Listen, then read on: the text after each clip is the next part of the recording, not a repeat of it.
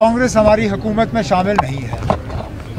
कांग्रेस ने बाहर से हमारी मदद की है, लेकिन वो हुकूमत में शामिल नहीं है। अब ये हुकूमत ने ये रेजोल्यूशन लाया है, इस रेजोल्यूशन को मां सिवाय बीजेपी के तमाम मेंबरों ने उस वक्त पास किया, उसमें कांग्रेस भी शामिल थी। अब जाहिर सी बात है कि महाराष्ट्र और झारखंड में जिस तरह बीजेपी ने कांग्रेस को निशाना बनाया, ये पहले तो उन लोगों को जवाब है जिन्होंने ये कहा कि इस रेजोल्यूशन में कुछ है नहीं। अगर इस रेजोल्यूशन में कुछ नहीं होता तो वज़ीर आज़म साहब और होम मिनिस्टर साहब इस रेजोल्यूशन का बार बार जिक्र क्यों करते? जाहिर सी बात है कि इसमें कुछ है।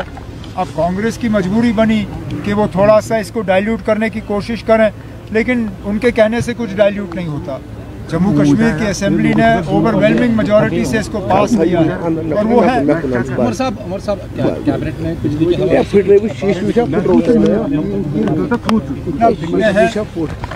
कैबिनेट ने तो पहले ही विंटर प्रिपरेशन का काम किया है। बिजली की कटौती कम हो, उसके लिए मैं खुद दिल्ली में पावर मिनिस्टर से मिला।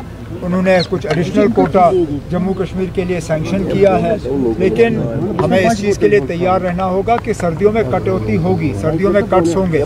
लेकिन मैंने डिपार्टमेंट से ये कहा हुआ है कि जहाँ जहाँ बिजली की चोरी कम हो, जहाँ जहाँ बिजली की फ़ीस जो है उम्मीद के मुताबिक हमें मिले, वहाँ कटौती कम होनी चाहिए, वहाँ लोड शेडिंग कम होना चाहिए। और उम्मीद की जाती है कि इस साल सर्दियों में लोगों को थोड़ा सा इसमें इम्प्रूवमेंट नजर आएगा। बड़ी बदकिस्मती की बात है और अफसोस की बात यह है कि हमारे लोगों ने कुछ भी नहीं सीखा। ये पहला हादसा नहीं है ऐसा जबकि लोकल्स को किसी पुलिस कैंप में बुला के उनके साथ मारपीट नहीं हुई। ये तो अल्लाह का शुक्र है कि ये सारे जो हैं ये मतलब अपनी कीमती जानें नहीं गंवाई, नहीं तो इससे पहले हमने वो हादसे भी देखे जहां लोगों को पुलिस के कैंप में बुला के टॉर्चर करके वो अपनी कीमती जानें गंवाई।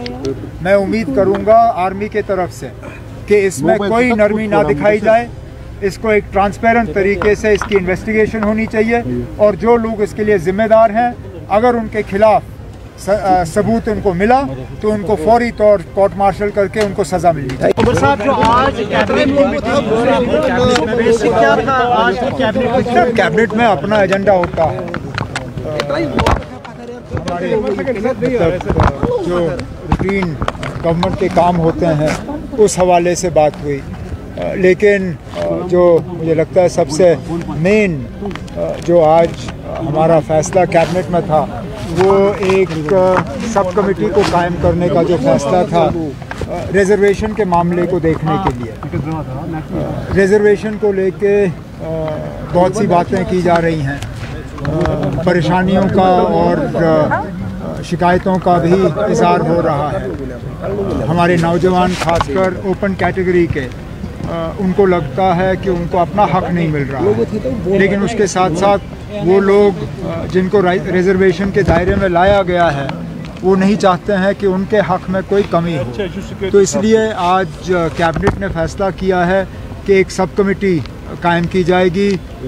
उस कैबिनेट सब कमेटी में 3 ऑनरेबल मिनिस्टर होंगे और उन्हें कैबिनेट ने ये कहा है कि वो एक होलिस्टिक व्यू इस रिजर्वेशन के मामले का लें, वो ये देखें कि अभी तक क्या हुआ है।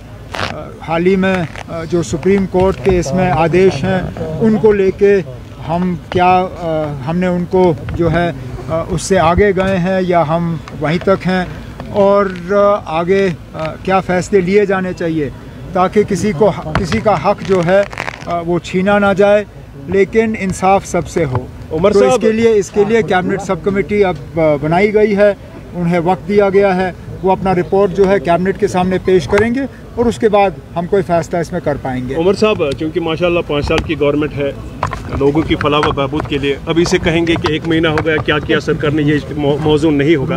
लेकिन एक बात ज़रूर पूछना चाहेंगे, क्योंकि जो रेजोल्यूशन नेशनल कॉन्फ्रेंस का मंशूर में था, इसी पर बुनियाद है, उसका किस तरह का रेस्पॉन्ड है गवर्नमेंट ऑफ इंडिया की तरफ से? दूसरा है उन पर छोड़ने की कोई बात हुई? प्रिजनर्स को छोड़ने के लिए चाहिए, क्योंकि फिलहाल security, policing, law and order ये मरकज़ी हुकूमत के दायरे इख्तियार में है ये एलजी साहब संभालते हैं। लेकिन उसके बावजूद जहाँ कहीं हमने पुलिस की इंतज़ामिया से बात की है, उनसे हमने कहा हुआ है कि इसको दोबारा से देखना होगा।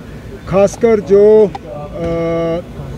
क्या कहते हैं इन चीज़ को, वेरिफिकेशन के मामले में जिस तरह लोगों को तंग किया गया था, जैसे मैंने असेंबली की तकरीर में कहा था, जिस तरह वेरिफिकेशंस को एक तरफ से वेपनाइज किया गया था, उस पर काफ़ी हद तक एक रोक लगाई गई है। आगे भी इसमें थोड़ी और नरमी होगी।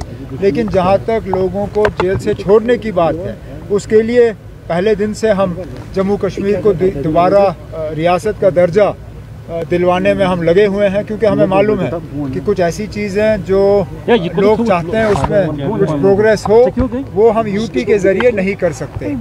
और इसके साथ साथ आपने पहले रेजोल्यूशन आप सबसे बड़ी बात यह है कि रेजोल्यूशन कहीं रिजेक्ट नहीं हुआ ना, रेजोल्यूशन पास हुआ, रेजोल्यूशन को किसी ने रिजेक्ट नहीं किया, यही बड़ी बात है। एक दरवाज़ा खुला है, आगे जाके देख लेंगे।